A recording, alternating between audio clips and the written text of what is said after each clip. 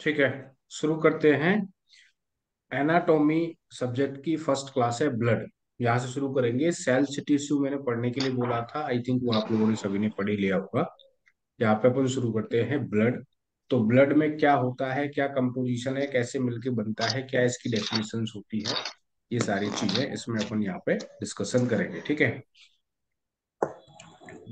Blood is a special type of fluid connective tissue derived from mesoderm. पहली बात तो ये कि शुद्ध अगर अपन नॉर्मली बात करें तो ब्लड एक फ्लूइड होता है जो कि हर ह्यूमन बीइंग या एनिमल्स इन सभी में वो पाया जाता है और वो सर्कुलेट होता है, ठीक है, बाय द हार्ट। और फ्रॉम ये जो ह्यूमन बॉडी में वेन्स और आर्टरीज होती है। धमनी हिंदी में आपके सिलेबस में उनको बोलेंगे। धमनी हो गई और आपकी सिराएं हो गई। तो ये सब चीजें जो हैं, एक मिनट इस फोन आ जाए।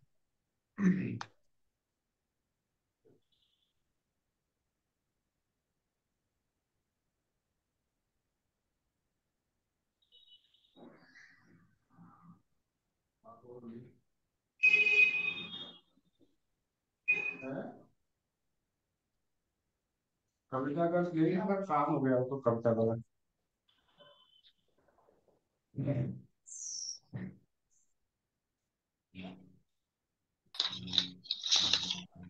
नहीं, उनके चाहिए नहीं। तो अगर काम नहीं हुआ हो तो रख ले वाली हो गया।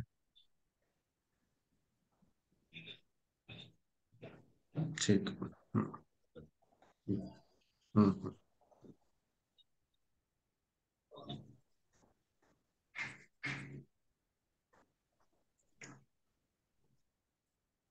थोड़ा सा पॉज लेना पड़ा।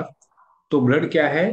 जो फ्लूइड है, जो कि कनेक्टिव टिश्यू होता है, ये एक blood is a special type of connective tissue derived from the mesoderm, the branch of science concern with the study of blood forming tissue and disorder associated with them is called haematology. जैसे हर चीज की medical science में branch होती है, neurology हो गया, cardiology हो गया। ऐसे ही जैसे न्यूरो में ब्रेन से संबंधित चीजें या नर्वस सिस्टम से संबंधित चीजें, कार्डियो में हार्ट से संबंधित चीजें, ऐसे ही जो ब्लड की जो ब्रांच है वो हीमेटोलॉजी इसमें बोलते हैं। ठीक है। आगे इसको और अपन अदर डेफिनेशंस में देखें तो इसमें यहाँ पे लिखी हुई है, the fluid circulated in the heart artery capillary and vein of the vertebral animal carrying nourishment and oxygen to and bringing away waste product from the all part of the body। it means क्या है कि जो blood है वो हमारी body में क्या काम करता है कि जो न्यूट्रिएंट्स हैं, जैसे न्यूट्रिशंस हो गए, और उनको सेल तक पहुंचाना, ऑर्गन तक पहुंचाना, और ऑर्गन और सेल से जो वेस्ट प्रोडक्ट है उनको वहां से लेके आना, वो ये सब चीजें कैरी करता रहता है। मतलब एक वाहक का काम करता है, क्योंकि ब्लड का फ्लो बॉडी में रहता है बाय द वेन्स और आर्टरीज के थ्रू। अब इसके बाद बात करते हैं इसमें properties of the blood. Properties of the blood में क्या क्या चीज आएगी? जैसे इसका कलर है, कलर पाया जाएगा bright red in artery and dark red in when. तो वैसे अगर किसी डायग्राम में आप देखेंगे तो जहां पर रेड ब्लड होता है, रेड रेड को दर्शाते हैं वो वेन्स को दर्शाते हैं, और जो ब्लू को दर्शाते हैं वो आर्टरीज। और इनमें दोनों में डिफरेंस ये होता है कि जो वेन्स हैं उनमें इम्प्योर ब्लड रहता है, अशुद्ध रक्त, और जो आर्टरीज हैं उनमें प्योर और शुद्ध रक्त पाया जाता है। ठीक है ना। तो इसके बाद इसका जो मास है वो 8% of the total body mass का 8% रहता है। इसका पीएच लेवल होता है, अम्लीय क्षारीय लेवल, 7%। आपने पढ़ा हो तो। वो जो इसका है वो 7.35 टू 7.45 इसका पीएच लेवल पाया जाता है। टेस्ट जो है साल्टी है। टेम्परेचर जो इसका रहता है, नॉर्मल टेम्परेचर ब्लड का, वो 38 डिग्री सेल्सियस या 104 100.4 डिग्री फ़ारेनहाइट। ठीक है। विस्कोसिटी है 3 to 4 time most viscous than the water. पानी जितना पतला होता है उससे थोड़ा सा अपन कह सकते हैं कि ये दृढ़ पाया जाता है। वॉल्यूम जो इसका है होल बॉडी में, एक ह्यूमन बींग्स में ये 5 से 6 लीटर के लगभग लगभग ब्लड पाया जाता है एक व्यक्ति के अंदर। ठीक है। नेक्स्ट है इसका कंपोजिशन। कंपोजिशन ऑफ ब्लड में मतलब किन किन चीज, इसमें क्या क्या चीजें पाई जाती हैं। ब्लड में भी कई सारी चीजें होती हैं।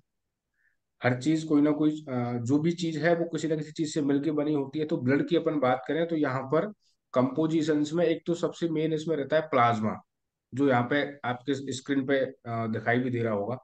प्लाज्मा पाया जाता है, RBC, red blood cells, red blood cells को शॉर्ट में बोलते हैं आरबीसी। उसके बाद है व्हाइट ब्लड सेल्स। उसके बाद है आपका प्लेटलेट्स। ये मेजरली ये चीजें इसमें पाई जाती हैं। अब इसको और फर्दर डिस्ट्रीब्यूशन अगर किया जाएगा तो आगे अपन देखेंगे इसमें कि प्लाज्मा जो है वो टोटल जो ब्लड है उसमें करीब 55% प्लाज्मा पाया जाता है। और सेल्यूलर एलिमेंट्स में आ जाते हैं आपके आरबीसी, डब्ल्यूबीसी और प्लेटलेट। आर जब भी कोई सीबीसी, जैसे डॉक्टर के पास जाते हैं तो वो टेस्ट लिख के देता है सीबीसी, कंप्लीट ब्लड काउंट। तो उसमें आरबीसी काउंट आता है, डब्ल्यूबीसी काउंट आता है, प्लेटलेट काउंट आता है। आरबीसी में भी इनको जैसे एरिथ्रोसाइट्स बोल देते हैं, डब्ल्यूबीसी को ल्यूकोसाइट्स, प्लेटलेट को थ्रोम्बोसाइट्स। ठीक है। जैसे डेंगू में प्लेटलेट डाउन हो जाती है ना। कोई जब बॉडी में इन्फेक्शन होता है तो डब्ल्यूबीसी है वो हाई हो जाती हैं। अब आरबीसी, डब्ल्यूबीसी, प्लेटलेट, इन हर चीज का अलग अलग फंक्शनिंग और काम होता है, और इनका एक लाइफ होती है कि कितने दिन तक ये जीवित रहते हैं ब्लड में। प्लाज्मा क्या होता है वो आपकी स्क्रीन पर है। Plasma is a pale yellow coloured liquid component of the blood that hold the cellular element of blood in suspension. जो प्लाज्मा है वो येलो कलर का एक लिक्विड होता है जो कि ब्लड में पाया जाता है, और सेल्युलर एलिमेंट को ये ब्लड में बनाए रखता है, पकड़े रहता है, या इसमें पाए जाते हैं। अब कॉन्स्टिट्यूशंस ऑफ द प्लाज्मा में बात करें तो प्लाज्मा में क्या क्या चीजें होती हैं वो भी अपन को देखने की जरूरत है। तो जो 55% टोटल ब्लड में प्लाज्मा पाया जाता है उसमें से 91.5% आपका वाटर रहेगा, 7% प्रोटीन्स रहती हैं, और आपका अदर सॉल्यूशंस में 1.5% पाए जाते हैं। तो अब इसको 100% का जैसे डिवाइड करें तो दोबारा से 91.5% वाटर, 7% प्रोटीन्स। प्रोटीन्स में तीन प्रोटीन्स इसमें पाई जाती हैं, एल्बुमिन, ग्लोबुलिन्स एंड फाइब्रोनजेंस। ठीक है। और अदर अदर सॉल्यूशंस में अपन इसमें चार चीजें पाई जाती हैं। जैसे इसमें होता है अदर सॉल्यूशंस में इलेक्ट्रोलाइटिक आयंस। इलेक्ट्रोलाइटिक आयंस में आपके न्नीचे इसमें दिए हुए हैं कैल्शियम, सोडियम, ये सारी चीजें। इसके बाद गैसेज होती हैं O2, CO2, nitrogen, N2। Nutrition nutrients होते हैं जिसमें glucose, amino acid, fatty acid, ये सारी चीजें। फिर वेस्ट प्रोडक्ट भी होते हैं अदर सॉल्यूशंस में जिसमें urea, uric acid, ammonia, creatinine, ये सारी चीजें। ठीक है। तो ये हो गया प्लाज्मा के अंदर जो जो चीजें पाई जाती हैं, इसको आप देखेंगे। देन फिर है आपका next function of plasma. Plasma का क्या कार्य होता है, ये फिजियोलॉजी अपन पढ़ रहे हैं ब्लड की। सॉरी। तो प्लाज्मा के कार्य की अपन बात करें तो प्लाज्मा में पाया जाता है आपका कॉन्स्टिट्यूएंट में फंक्शनिंग में हो गया आपका। एक तरफ एक ये चीज हो गई कि वाटर क्या है, एल्यूमिनियम क्या है, ग्लोबुलिन, फाइब्रोजन, इलेक्ट्रोलाइट, और दूसरी तरफ इनके कार्य हो गए। तो इनमें अपन देखेंगे तो वाटर जो है वो उसका फंक्शनिंग जो है वो है absorb, comma, transport and release heat. ठीक है ना। तो एब्जॉर्ब मतलब किसी भी चीज को सोखना, ट्रांसपोर्ट मतलब बहना, एक जगह से दूसरी जगह लेके जाना, और हीट जो है उसको रिलीज करना। ये वाटर का फंक्शन हो गया। इसके बाद है एल्बुमिन्स। एल्बुमिन्स में क्या है, ऑस्मोटिक बैलेंस जो है ब्लड का और बॉडी का, ऑस्मोटिक बैलेंस ये बना के रखता है। ग्लोबुलिन्स हो गए, डिफेंस मैकेनिज्म का काम करता है, डिफेंस मैकेनिज्म, किसी भी चीज से रक्षा। ठीक है। इसके बाद है फाइब्रोजन्स। इसमें blood clotting. Blood clotting means क्या, कि जैसे अगर कोई बॉडी में घाव हो गया, कट लग गया, इंजरी हो गई, तो अगर खून का थक्का वहां पे नहीं जम रहा है, जो बचपन में एक बीमारी पड़ते हैं हीमोफीलिया, ठीक है, उससे संबंधित, तो इसमें वो फाइब्रोजेंस का फंक्शनिंग होती है ब्लड क्लॉटिंग में। इसके बाद है इलेक्ट्रोलाइटिक आयंस। इलेक्ट्रोलाइटिक आयंस में जो पीएच का बफरिंग लेवल है 7.35 टू 7.45 है, उसको फंक्शनिंग में इलेक्ट्रोलाइटिक आयंस का काम होता है। देन आगे बस इसमें देखते हैं। हो गया प्लाज्मा।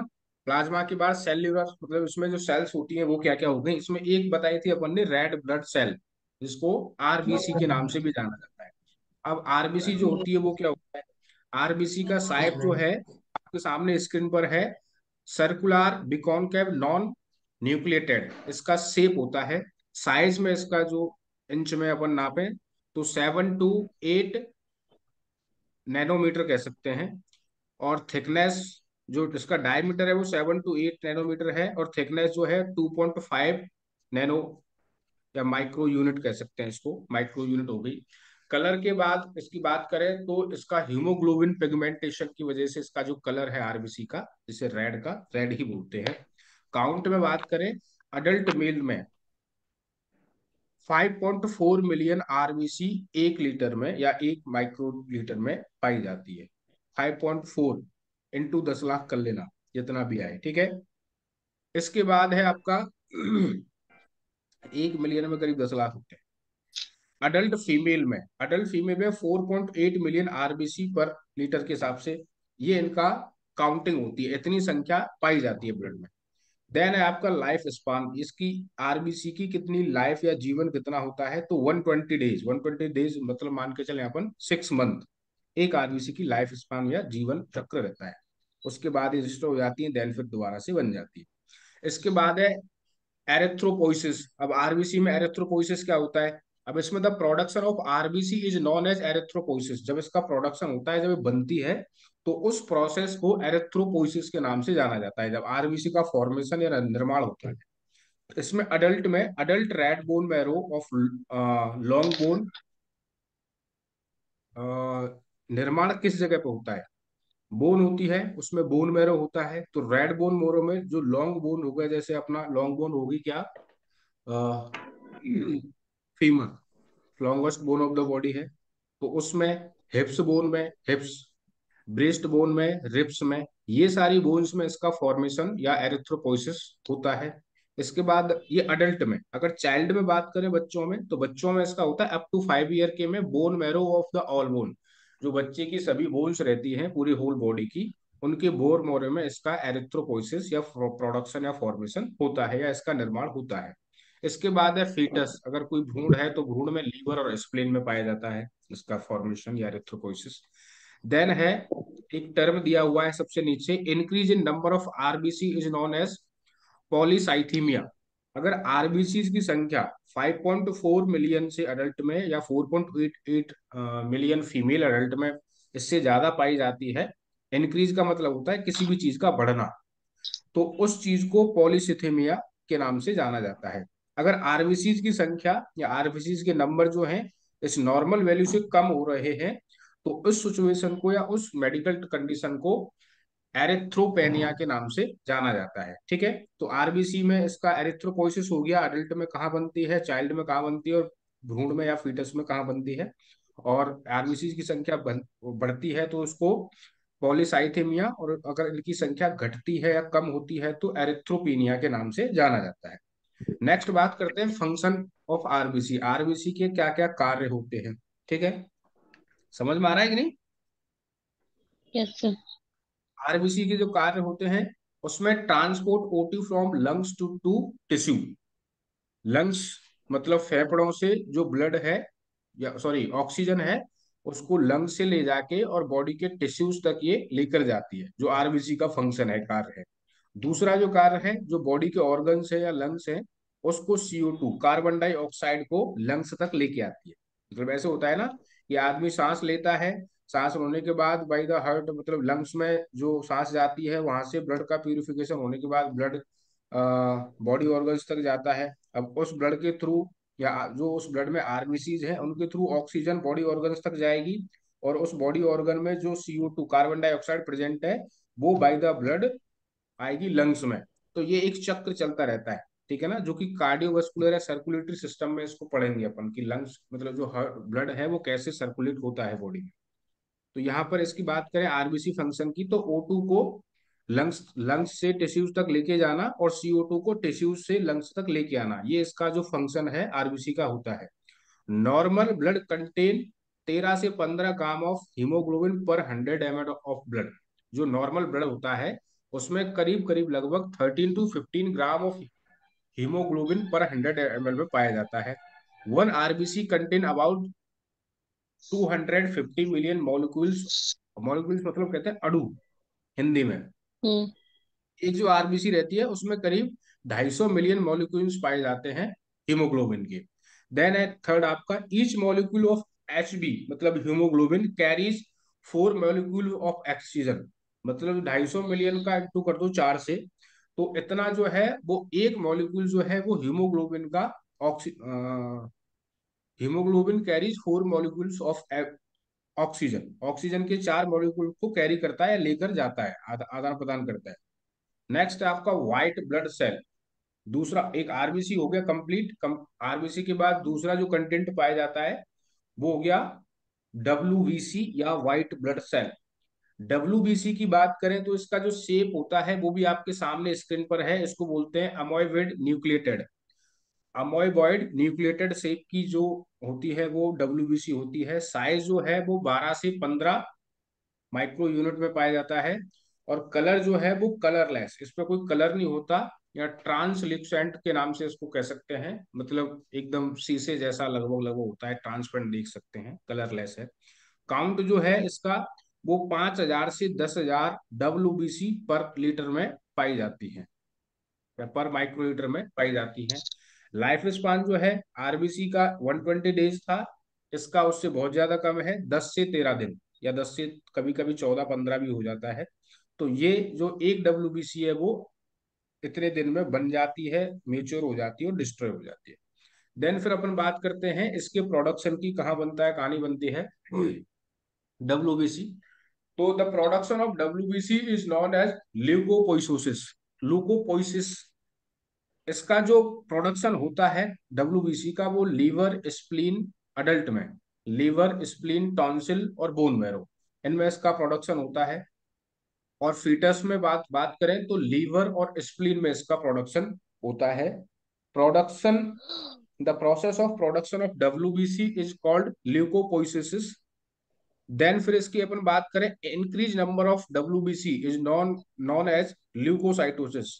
अगर डब्ल्यूबीसी की संख्या ब्लड में ज्यादा है, बढ़ गई है, तो उस मेडिकल टर्म को ल्यूकोसाइटोसिस के नाम से जाना जाता है, या ल्यूकोसाइटोसिस उसको बोलेंगे। देन अपन बात करें, decrease in the number of WBC is known as leuco leucopenia. अगर डब्ल्यूबीसी की संख्या कम हो जाती है, डिक्रीज हो जाती है, उस कंडीशन को ल्यूकोपेनिया के नाम से जाना जाता है। नेक्स्ट है आपका pathological increase in the number of WBC is known as, pathological increase in the number of WBC is known as leukaemia, blood cancer.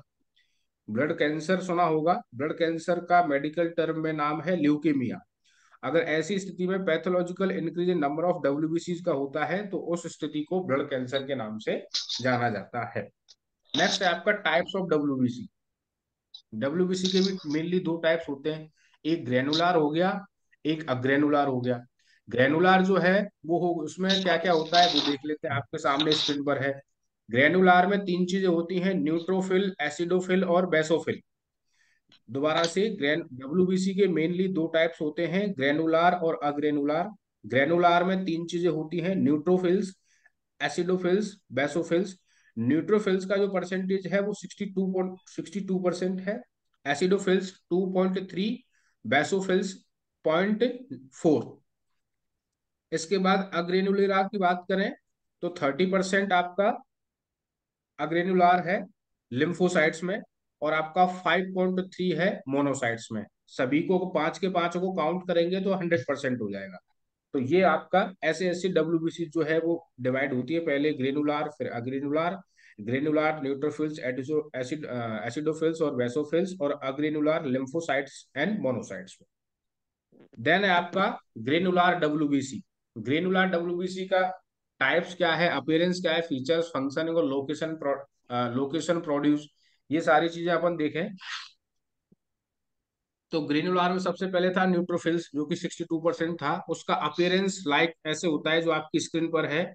इसके जो फीचर्स हैं, वो फीचर्स की बात करें तो न्यूक्लियस बेस 3 to 4 लोग, ठीक है, न्यूक्लियस बेस 3 से 4 लोगों के साथ न्यूक्लियस होता है। स्टेन मतलब होता है किसी भी चीज को रंगना, तो यहाँ पर इसका stain with the neutral dye and haematoxylin. इसका जो फंक्शन है, जो डब्ल्यूबीसी का न्यूट्रोफिल्स है उसका जो फंक्शनिंग है वो destroy bacteria by the phagocytosis. जो बैक्टीरिया है उसको खत्म करना, डिस्ट्रॉय करना बाय फैगोसाइटोसिस, मतलब भक्षण करके या खा के। लोकेशन है इसकी बोन मैरो, जो कहाँ पे बनता है, बोन मैरो में बनता है। इसके बाद है आपका एसिडोफिल्स जो कि कितना था, 2.3%। एसिडोफिल्स, इसको अपन एसिनोफिल्स के नाम से भी जाना जाता है। एसिडोफिल्स के दो नाम है, एसिडोफिल्स, दूसरा नाम है एसिनोफिल्स। इसका जो अपीयरेंस है वो आपके सामने ऊपर है, ऐसे दिखाई देती है। इसके जो फीचर्स है, न्यूक्लियस विथ 2 लोब, दो लोगों के साथ पाई जाती है, stain with acidic dye and eosin, ये इसका कलर ऐसा कुछ रहता है। फंक्शंस की बात करें तो combat the effect of histamine in allergy reaction, इसके जो फंक्शंस हैं वो एलर्जी रिएक्शंस में काम आते हैं। इसके बाद इसका प्रोडक्शन होता है वो बोन मैरो में होता है। इसके बाद थर्ड है ग्रेनुलार डब्ल्यूबीसी में बेसोफिल्स। बेसोफिल्स में क्या है, 0.4% इसका परसेंटेज रहता है डब्ल्यूबीसी में। फीचर्स की बात, फीचर्स इसके देखें तो फीचर्स में nucleus with the indistinct low, and colour की बात करें तो stain with basic dye methylene blue colour का ये अपीयरेंस इसका रहता है डब्ल्यूबीसी में। फंक्शंस देखें तो फंक्शंस में क्या है, liberate heparin and histamine in allergy reaction to intensify inflammatory response. Production हो गया, मतलब ये जो है इन्फ्लामेटरी प्रोसेस को या उसको आइडेंटिफाई करती है, रिस्पॉन्स करती है। लोकेशन इसका कहाँ निर्माण होता है, वो बोन में। नेक्स्ट अपन बोन मैरो। देखते हैं आग्नेयुलर। इसमें दो चीजें थी, एक लिम्फोसाइट था। लिम्फोसाइट का जो देखना होता है कैसी माइक्रोस्कोप में दिखती है, वो स्क्रीन पर है आपके पे अपीयरेंस में। फीचर जो है इसके, वो smallest of the WBC and large round nucleus. Functions में प्रोड्यूस एंटीबॉडीज। हमारे शरीर में क्या एंटीजन और एंटीबॉडी होती है। एंटीजन क्या होता है और एंटीबॉडी क्या होता है, शॉर्ट फॉर्म में बताऊंगा, ज्यादा टाइम नहीं लेंगे उसमें। जैसे जो माइक्रो ऑर्गेनिज्म होते हैं, मतलब वायरस बैक्टीरिया फंगाई, जब हमारे, ऐसे कह लें इसको कि हमारे शरीर में कोई बीमारी किसी वायरस बैक्टीरिया के थ्रू पनपती है, तो वो हो गए आपके एंटीजन। और हमारी बॉडी में उन एंटीजन से फाइट करने के लिए या लड़ाई करने के लिए हमारी बॉडी में एंटीबॉडीज रहते हैं। तो जो एंटीबॉडी जो बनाती है वो आपकी ये लिम्फोसाइट्स बनाती है। और इसका लोकेशन जो है वो बोन मैरो और स्प्लीन और टॉन्सिल से होता है। इसके बाद है मोनोसाइट। मोनोसाइट की बात करें तो largest of WBC, lymphocyte smallest of WBC, और monocyte largest of WBC. Large kidney features में और सेप न्यूक्लियस इस टाइप की दिखाई देती है। फंक्शंस की बात करें तो एनगेस्ट माइक्रो ऑर्गेनिज्म, जो माइक्रो ऑर्गेनिज्म है, वायरस बैक्टीरिया है, जो उनको एनगैस कर लेती है, खा लेती है, ऐसे कह लो।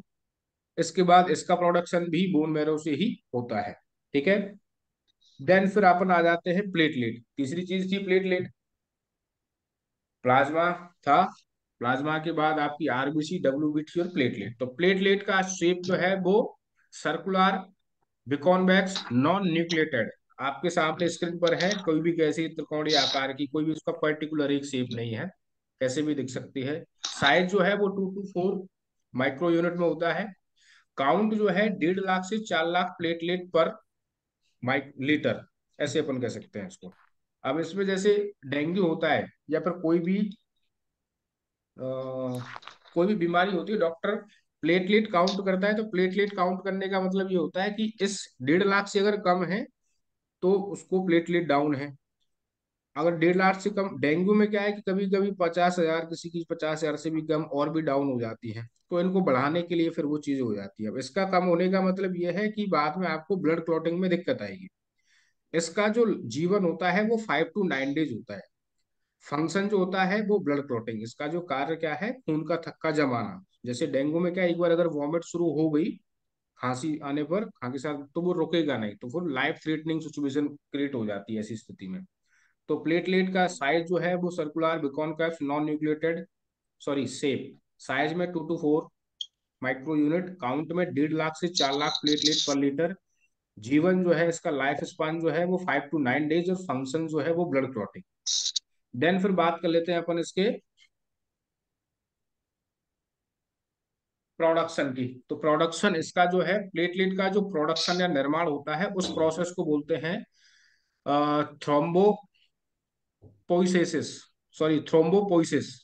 थ्रोम्बोपोइसिस क्या है, प्लेटलेट का निर्माण या प्रोडक्शन या बन रही है जहां शरीर में, उस प्रोसेस को, प्रक्रिया को थ्रोम्बोपोइसिस के नाम से जाना जाता है। Platelet are the fragment of large cell called megakaryocytes the that remain in the bone marrow. जो बोन मैरो में फ्रेगमेंट सेल्स जो बच जाती हैं, जो मेगाकाइरोसाइट्स हैं, वो इनका जो प्रोडक्शन है प्लेटलेट का वो करती है। इसके बाद है इसमें increase in the number of platelet is known as thrombocytosis. अगर प्लेटलेट की संख्या में, मतलब इसकी संख्या करीब मैक्सिमम 4 लाख के आसपास मान के चलें, तो 4 लाख से ज्यादा या 4.5 लाख से ज्यादा अगर इसकी संख्या काउंट हो रही है, प्लेटलेट काउंट, तो उस स्थिति को थ्रोम्बोसाइटोसिस के नाम से जाना जाता है। अगर प्लेटलेट की संख्या 1.5 लाख से कम हो जाती है, तो उस स्थिति को थ्रोम्बोसाइटोपेनिया के नाम से जाना जाता है। ठीक है, तो ये इसके दोनों मेडिकल टर्म हैं।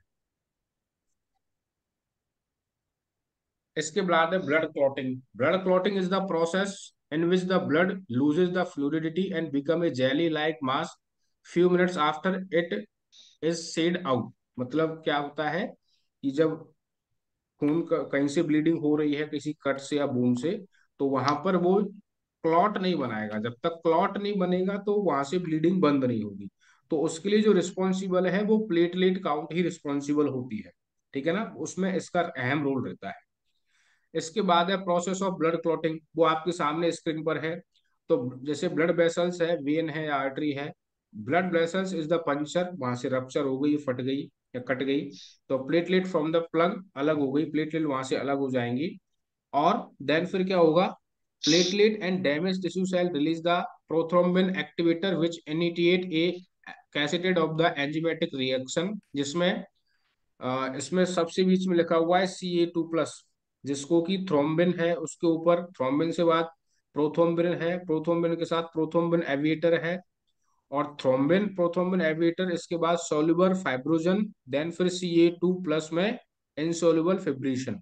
ये सब चीज का प्रोसेस होता है ब्लड क्लॉटिंग में। ठीक है, देन फिर आपका फोर्थ जो प्रोसेस इसका लास्ट रहेगा वो fibrin thread from the trap and red blood cell. जब यहाँ पे धीरे धीरे जमना इकट्ठा हो जाएगा प्लेटलेट्स का, तो वो खून का थक्का जमना बन जाएगा। इसके बाद है आपका एंटी कोएगुलेंट। एंटी कोएगुलेंट क्या होता है, a substance which prevent the coagulation of blood is called anti coagulant. ऐसी चीजें जो कि खून का थक्का जमने में हेल्प करती हैं, वो उनको एंटी कोएगुलेंट के नाम से जाना जाता है। हेपेरिन इज ए न्यूट्रल या natural anti coagulant present in the blood. Blood में एक चीज हेपेरिन और पाई जाती है, वो नेचुरल कोएगुलेंट या खून का थक्का जमाने के लिए होता है। If the blood clots too easily, the result can be thrombosis, clotting in under sorry undamage blood vessels. और अगर ब्लड का जो है ब्लड क्लॉट बहुत जल्दी जम जाता है, तो वो थ्रोम्बोसिस हो गया, मतलब खून का थक्का जम गया। और अगर द जो ब्लड का क्लॉट है वो जमने में बहुत ज्यादा टाइम होता है, तो वो हेमरेज कैन अकर। हेमरेज मतलब होता है ब्लीडिंग होना, रक्त की रक्त वाहिकाओं से, जिसमें आर्टरी और वेन से ब्लीडिंग होना। इसमें और भी कई सारी चीजें हो सकती हैं, लेकिन यहाँ पर रक्त की बात हो रही है तो इसी को देखेंगे अपन, आर्टरी और वेन्स को। ठीक है, तो थ्रोम्बोसिस क्या होता है, बहुत जल्दी अगर इजीली खून का थक्का जम जाता है तो थ्रोम्बोसिस हो गया। और उसके बाद अगर टाइम ले रहा है, बहुत ज्यादा समय ले रहा है, तो वो हेमरेज। ठीक है, ये आपका हो गया लगभग लगभग आपका ब्लड। अब इसमें अभी तो और बात बहुत सारी चीजें हैं ब्लड में, अपन देखें तो, एक मिनट।